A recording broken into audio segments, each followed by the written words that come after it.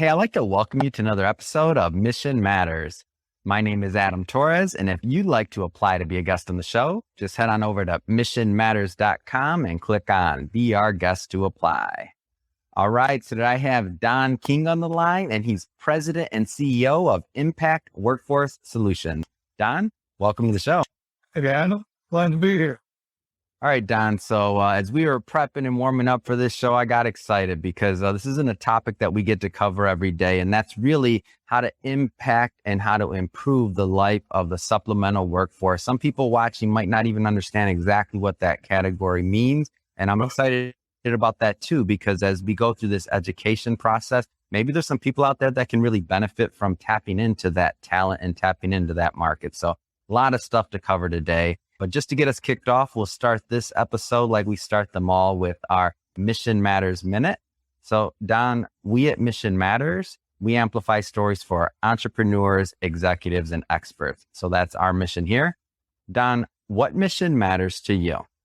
Well, you kind of said it in the intro, Adam. Our mission is all revolving around improving the quality of life of others within the supplemental and the contingent workforce space. After decades in the human capital space, we witnessed, some people call it a permanent temp, others called it a temp forever. And we wanted to change that next trend. So we're focused on eliminating that and positively impacting the quality of that supplemental workforce with a full job platform plus benefits. We like to say our purpose drives our passion, and our passion in turn drives our purpose. And that's to positively impact others in the space, both our associates and our clients. Man, what an amazing mission and what an amazing story. So love bringing mission-based executives and entrepreneurs on the line to say, why they do what they do. So let's go further down that path. I love the role of the supplemental workforce and maybe specifically the evolution, because you've been in this space for a while. So I don't want to assume everybody watching kind of knows that role. So tell us a little bit more about what you've seen in your tenure. Well, no daily, but I have been in the space for nearly 40 years now. I started out in a staffing business and then evolved into forming Impact in 2001, right after 9/11. And it's been an interesting journey to see the evolution of both industries, Impact being a professional employer and my other company, which was in the traditional staffing business.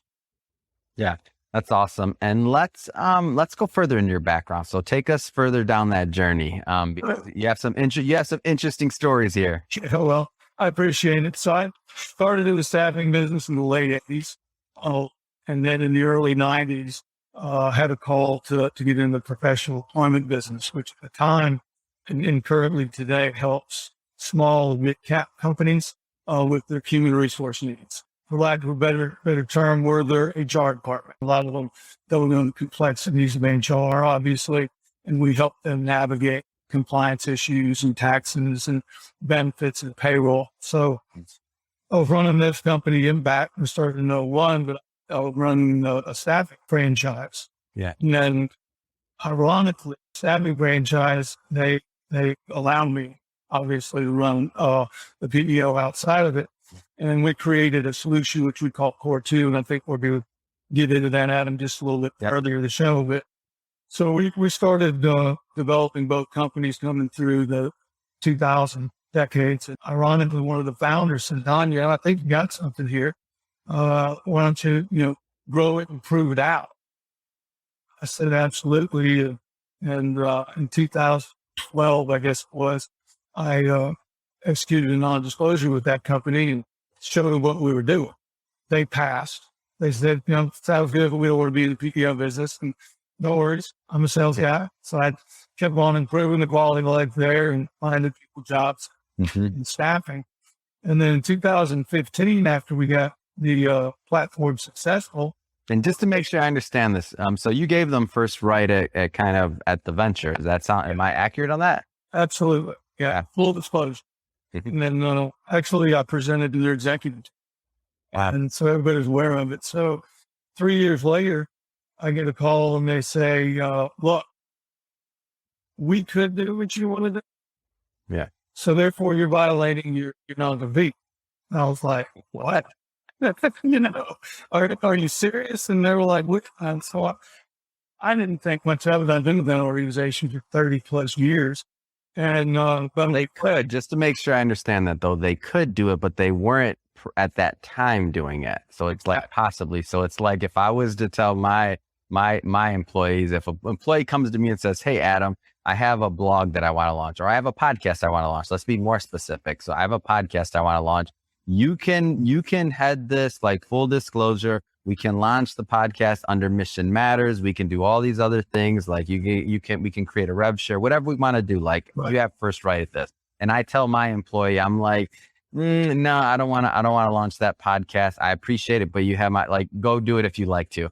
And then I go back to the employee and say, you know what? We can launch a podcast. So, you're violating your NDA, right? Because they have to sign an NDA. So in our case, so it's like you're violating your NDA because you have trade practices on how to launch a podcast from our company. Like, exactly.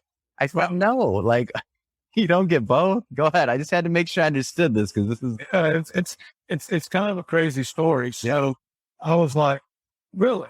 And eventually, 2 weeks later, I served a lawsuit.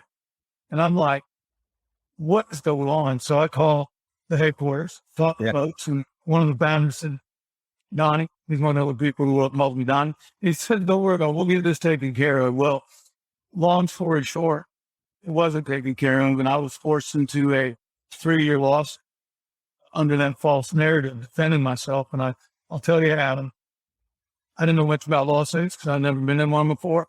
Outside of employment lawsuits, which we're experts at that defending those, I got a valuable lesson through it all. It doesn't matter whether your position's right or position's wrong. It's who has the most money. And so their end goal was to try and run me out of business financially.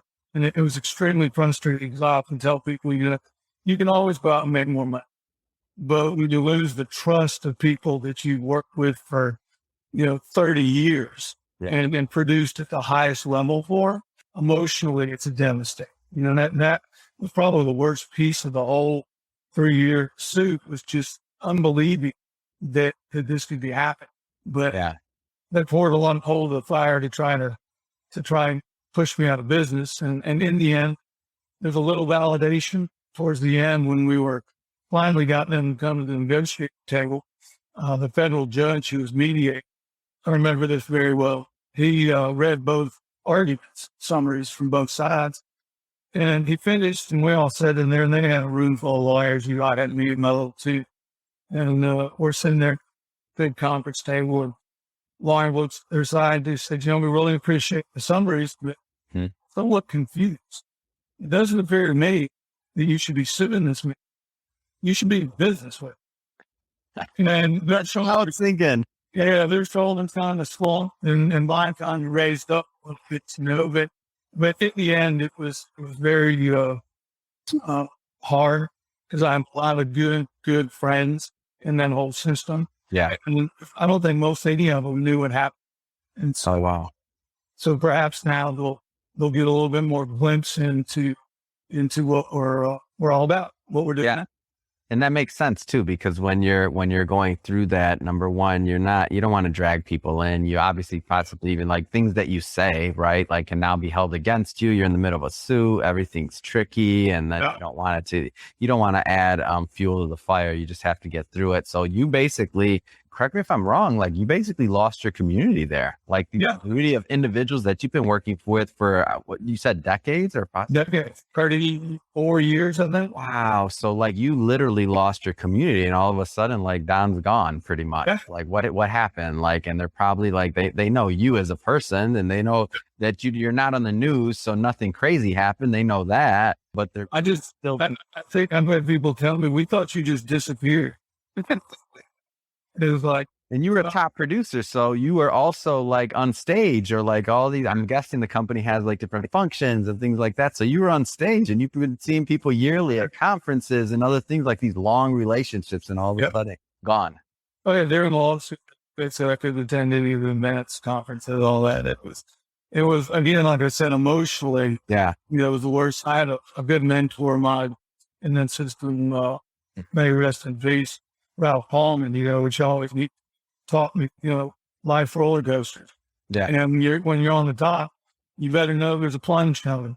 And when you're going down that hill, losing your stomach, you just know that you're going to be back on the top again. So when you're at the top, you reach out and help others. So when you're at the bottom, others, reach out and help you. So I kind of put it in a box and continue to grow and grow impact and improve people's lives in that way. And so I got me through it. And today we're smoking. Yeah. Yeah. And as you should be. And that was one of the things that really struck me. And one of the reasons I was excited to have you on the show is that, like, you can feel your heart for what you do, like the supplemental workforce, the culture, the other things that you're doing for individuals that maybe don't always have the, everybody's not always maybe pulling for them and trying to add these other things and think about how to improve their lives, even though they give so much back to our economy, to the workforce, to our production. Like, it's a vital piece of keeping the gears moving, let's just say, of the economy overall.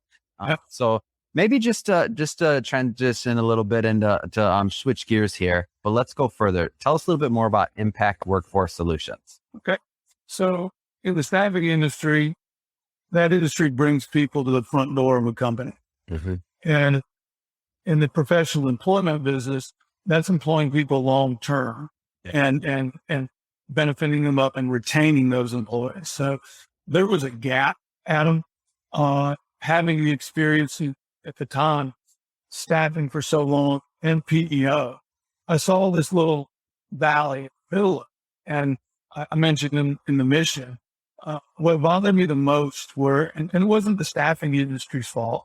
Yeah. And it wasn't a company's fault. It's just with recessions and production planning, peaks and valleys, holding head counts down lower. They just reached out and said, well, we'll just leave people supplemental indefinite. And to me, there's no hope, no career path in that.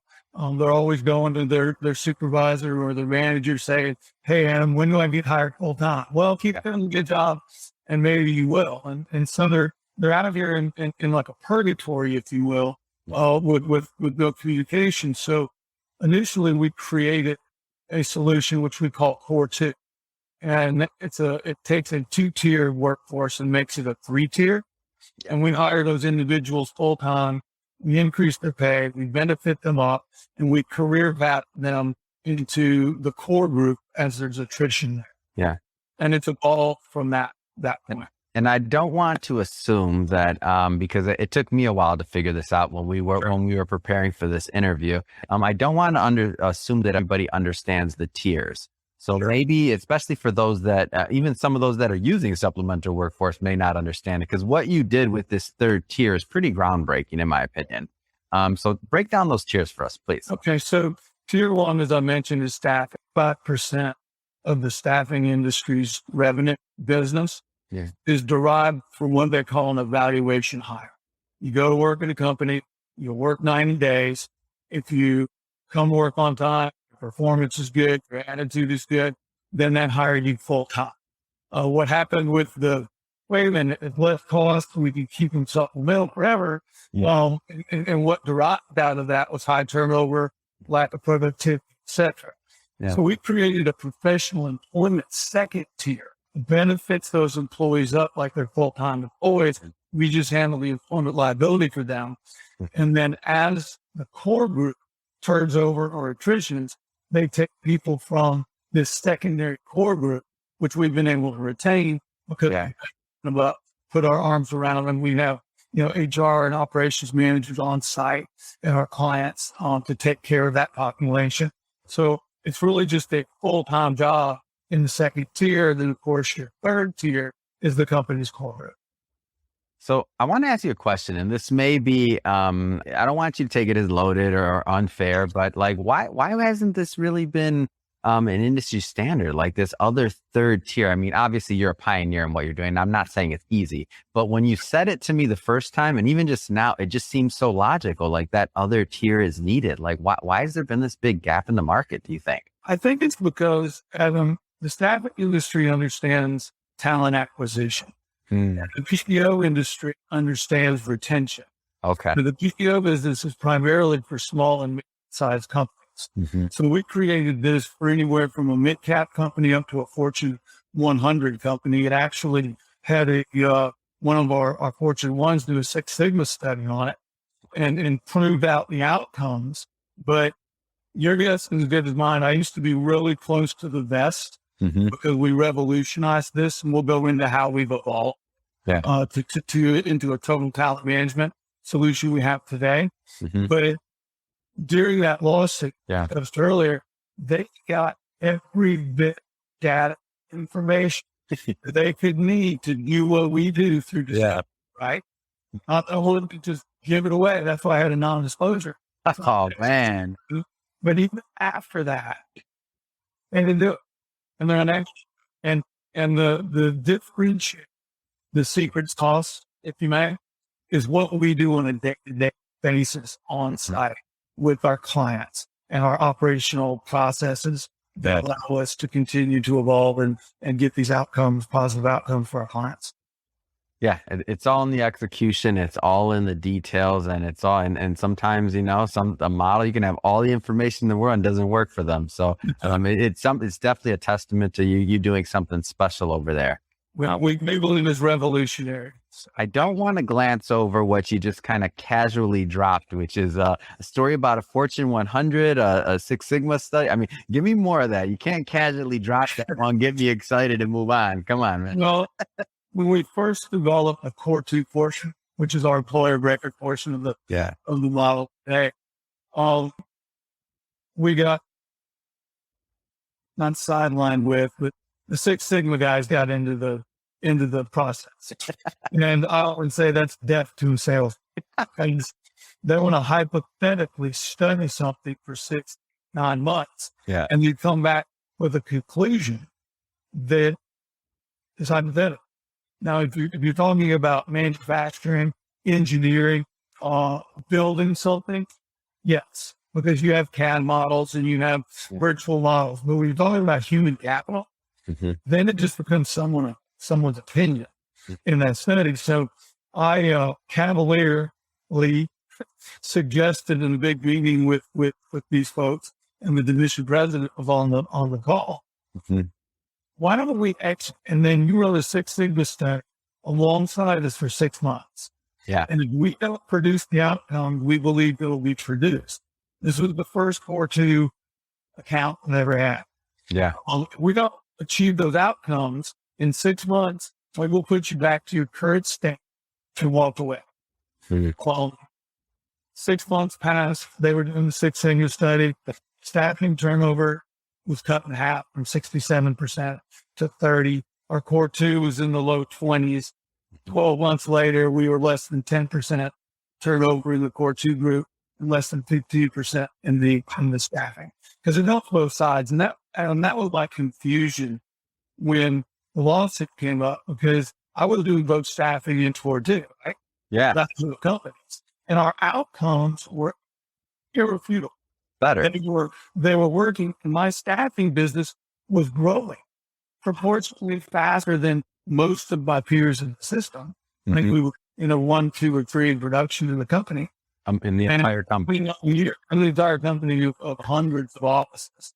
And so there was a lot of confusion there. But after that Six Sigma study validated our results, we had withdrawn something. And when that was in 2003. So we've been doing this for a little bit. Wow. Let's go further into the actual product and its evolution. So you talked a little bit about core 2, but let's go further. So tell us more about that evolution. So as we've discussed, core 2 started out of the frustration of the permit. And we saw that problem. We saw an decrease in turnover, an increase in productivity, happier people. They can go out and buy a house or a car, rent an apartment because they weren't tapped anymore in that full-time position. As we started evolving, and primarily as I was going through the settlement period of the lawsuit, our clients began to ask us to solve the entire contingent workforce strategy issue. Core 2 works, but we're still dealing with 10 services, 7 companies trying to find our people. Our processes aren't aligned. There's no compliance and governance and oversight. of the whole model. So we created an enhanced managed services platform, which handles the operational process, governance, selection of staffing companies. Obviously, we had, I think on my team, we have 107 years of staffing experience. So we understand staffing business. And your viewers, I'm sure they don't know that MSP is, or a managed staffing provider. Yeah. There's thousands of them in the market. But they all charge the staffing companies to be on their governance and oversight platform. We don't. We incentivize our staffing partners. And there's another component to that you must have, and that's the vendor management technology. And all you do is think about a big database that houses all the information from the supplemental workforce, how the employees are performing, how the vendors are performing, etc. So I developed our own technology called Clarity PMS, which is proprietary to us. And we utilize Clarity to house all the data for the managed service. That's how we do it. Most of it's fees. They lease that technology. They don't own it. Yeah. What has been, I guess I want to kind of take this from two different angles. Okay. From obviously the workforce that you're affecting with this, and then from the business side. So let's start with the workforce themselves and why this is just so good. Like, what kind of feedback have you gotten from this? Well, on our website, there's all kinds of testimonials from employees. And I like to say we're really smart. We're not. We have a lot of common sense. And what has transpired is beyond my belief. We learn from our clients every day how to utilize our model, our Core 2 model and our MSP model. But the employees, I mentioned being able to buy a car, right? Okay. Well, if you're checking the temporary box, bank's not going to loan you money. But if you have a full-time position employed by a professional employer, you have a full-time position with benefits and et cetera. And so it checks the right box, and they're able to do that. Same with apartments, everything else. That's a financial benefit. Yep. The greatest benefit of all is the emotional benefit. They get home on weekend and they're barbecuing with their family and friends, and they have a full-time job. They're no longer they have some solid ground under their feet.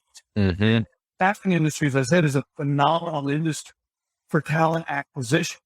Yeah. But nobody wants to be a temp forever. I guarantee you that. There's supplemental contingent contract workers, professionals, engineers, software developers. They actually like to work those contracts, but they last 2-3 years, right? Not 3-4 weeks, and then on to another and on to another. So just the emotional benefit that we get, and we get it all the time from our employees that come in and say, hey, my sister's working over here. Y'all didn't go talk to them about putting the platform in over there. Wow. For 8 months, and so it feels really good. And that's our focus constantly. We have a team of individuals at Impact that all they're doing is scouring for additional, I call them variable benefit options. You got your major medical, you got your dental, you got your 401k, but then there's all kinds of variable benefits that core employees enjoy with big organizations. We provide the same thing to our group to keep improving that quality of life. And in return, they retain, and then they go to the core group as there's attrition there. So there's a defined career path. Yeah. No, I can see it. And this is the thing, is that when you talk about improving the quality of life of the supplemental workforce, I mean, the proof is in the design. Like the whole design, like prior to having this other level or this other tier, and especially if someone's operating, and I know there's different reasons to do this, but if you're only operating on tier 1, right, then you don't necessarily have that certainty that you're mentioning as things progress, and you're not guaranteed to be hired as a temp. Like you said, I don't want to glance over that. So 8 months as a temp, they want to, his sister, or what I think you mentioned somebody's sister, like 8 months as a temp, and you're like, after a while that has to wear on you, and you have to keep looking. And I see how that can lead to the turnover and maybe some of the, loss in job satisfaction and you lose some good people. Yeah. And then we interrupt you, but in today's environment with so many available jobs in the marketplace, and then there's policies in my mind that keep people from working. I can make more staying at home than I can go to work. Hey, I go fishing too. you know? Yeah. And so there's some challenges that we address in that regard, but managing that entire strategy becomes very burdensome for company. If they push it to HR, which has been downsized over the last decade, they're not only having to manage the core group, but now they're going to be using and supplemental or contingent staffing strategy is an operational strategy. There's human resource in it, but it is tactical, right? Yeah. Talking, tackling, process oriented. And so we come in and have built, and I think we'll go into a little further what we look like today, but taking over that management piece with the MSP, providing the technology, which gives them insight, analytics that they can make better business decisions on, outcomes. We have 10 times the retention in core 2 compared to staffing. We save 10 to 20% in labor costs compared to a company's direct carry costs. That is win-win-win. Employee wins, client wins, impact wins. Yeah. Everything wins. It's a win-win-win. You may have answered my question with those stats you just gave, so it seems pretty obvious, but I'll ask anyway. So taking that same question, what has the feedback been from the employers that use the platform? So with the MSP piece, we attract more talent because we cast a wider net. Efficiencies go up. Yeah. All administrative burden comes down. Retention, which is number one, everybody focuses on the cost of hire. Yeah. How about the cost of turnover? And your large organizations understand that. We help our mid-cap organizations do an analysis of what their actual carry cost is, their training costs, their rehire costs. And so we can put those numbers in front of them. We have a presentation we're delivering tomorrow that will say close to $2 million annually for one facility of the assessed cost we've been able to identify that we can impact. And then we added, Adam, recent, what we call RPO, which is recruitment process outsourcing, but it's an enhanced recruitment process outsourcing. And we're going after higher level talent. Yeah. Think about it this way. You have staffing companies in a manufacturing facility, and they're focusing on hiring entry level positions. 1.5 years experience, maybe some gaps in the resume, but a great attitude, personality. Those are the ones that come through for an evaluation hire. And there's a lot of volume in that. I think we have 700 and something openings, existing clients now. We're helping them source. So you have that lane, if you will. Then the core 2 lane, our RPO, or what we call enhanced RPO services, that focuses on somebody with 3 to 5 years experience, maybe currently working somewhere else. They wouldn't leave and come to work to try and do the full-time job, right? Yeah. Leave to come for a full-time job within core 2. And so we're recruiting a higher skill set. So we're not competing with our staffing suppliers, our partners on talent acquisition. And then, of course, your core group, your core clients, they're HR recruiters. They're directly recruiting people 5 years plus experience in the industry. Does that make sense? So everybody just things in their lane. And by doing that, we're achieving strategic talent acquisition process that covers the whole spectrum from entry level, mid level, and higher. And it's working. We're doing it in some pretty difficult markets. Yeah. With difficult positions to source. And we're very, you probably got this, we're very KPI and process driven. Oh yeah. So they'll tell you what we have. We do weekly governance meetings. Everybody's on those governance meetings, and we're moving towards targets constantly. And that's the only way in our world, that's how you run that human capital business, because there's so many variables. We need retention, turnover, injuries, fulfillment, all that. And the analytics help us track. And it seems like by fulfilling the need of all three of those tranches, if you will, so the entry level, the mid, and then the more experience, now for an employer that's looking at it, I mean, you're really like full service on that. Yeah, it's a holistic solution, and we call it impact workforce optimization. And it's an enhanced total talent management strategy. And we've been told, it's not our words, it's revolutionary in the outcomes that it's delivering. And when you can do that, Adam, Mhm. improve the quality of life of people at the same time, that's what we're all about. We have a percentage of our budget goes into community outreach. We have a percentage of our budget that goes back to supplier engagement for incentives for producing that talent acquisition piece for us.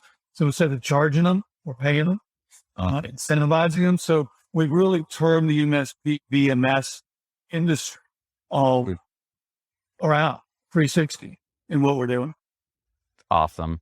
Well, Don, I just have to say, this has been great. Like learning more about like what you're doing and just how you're helping employers and how you're helping the supplemental workforce transition into permanent roles when appropriate, and even helping now higher career level, we'll say, of experience, find placements, also that 700 plus positions you mentioned filling right now. I just have to ask you, so lots of growth in the company. Really KPI driven. What's next? I mean, what's next for you? What's next for a workplace, impact workforce solution? So we're on controlling the growth of the company at 40 to 60% a year, because doing what we do and taking care of the employees, our associates, and our clients the way we have to continue to add resources underneath to support that. So we don't want to grow too fast. But in the same vein, we're moving this model space. We started a company last November called eFleet MX, and it is totally driven in the aviation space for what we call high touch, which are just really high mechanics that we're putting into the Core 2 model, which is unheard of in that industry. Wow. And then modification work. So basically, impact is all the underlying HR, like we're a client, and we're entering that vertical, and it's just taken. It surprised me. We went in the industry when it was at its bottom because of COVID. I've had a lot of smart people tell me you enter spaces when they're down, not when they're up. You don't sell stock when it's high. When it's low, you sell it when it's hot. So you enter when it's low, grow. We were blessed to do that. And to my advisors, because I'm an entrepreneur, I can chase a lot of shiny objects, but I committed to them only things that will benefit our impact workforce optimization model. Well, eFleet MX does, because they're not only a client, but we're also bringing that quality of life enhancement into that space. So we're going into verticals such as aviation, logistics.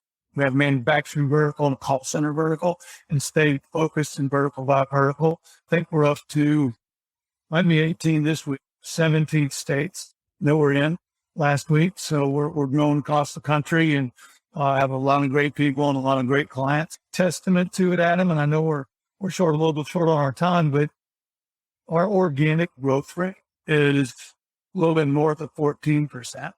Wow. And the reason being is once it's adopted and we prove out the model in one facility, our clients just take us into multiple facilities, and that's where we've been growing into additional states. And they got a facility in Georgia, and then they also have one in North Carolina and one in Texas. And we just organically grow with those clients. So we're running fast, but we're loving it. A lot of fun. Man, this is exciting, Don. You get me all fired up over here. Congrats on this. I mean, to see, it is 40 years of work, right? Like to see and the multitude of people just by you even creating this model, and the amount of lives that you'll impact by creating this model and now expanding it into different niches and to systematically build it. Like, it's not easy. Like what you're doing is not easy. And the talent that you bring to the table on this, I mean, it's just awesome. It's a great success. You ever heard that, Adam? Try, fail, try, fail, try, fail, try, get a little bit of success, fail, try, and get success. So it's a journey. And it's not a marathon, but it's a journey. And each day we learn more from our clients, from our internal people, from our associates on how to improve the model. Yeah. And it's kind of like the software. We're evolving our software alongside of it in the same vein, but it's like a kid. I got 28, 26, or 23, two of them in the business, but you always got them. They're all growing, they're always changing. And a business is like that. And, my hope is to give a message of hope to people that have been at struggles in their business. I faced one that nearly bankrupted me. 3 years later, we've grown from, exponentially. It continues to do so. So we're very blessed to be where we are, and we're just going to keep helping other people. And awesome. So Don, if somebody's watching this and they want to learn more about Impact Workforce Solutions, what's the best way for them to do that? Social media, we're on Twitter, Facebook, and Instagram, obviously, have to be these days, and LinkedIn, but impactws.com. That's impactws.com. And we'd love to hear from you. Fantastic. Well, Don, again, really appreciate you coming on the show today and share more about your background and why you do what you do and just the positive difference you're making to the supplemental workforce, to the employers. I mean, obviously to your company, your employees. I mean, it's just win-win-win solution. So great story, and happy to bring it to my audience. And to everybody watching this, if this is your first time watching, don't forget, hit that subscribe button. We have many more mission-based entrepreneurs, executives, and experts coming up for you, and we don't want you to miss a thing. And Don, it has really been a pleasure having you on the show. Thanks for coming on. Thank you, Adam, for giving me the platform. Have a great day.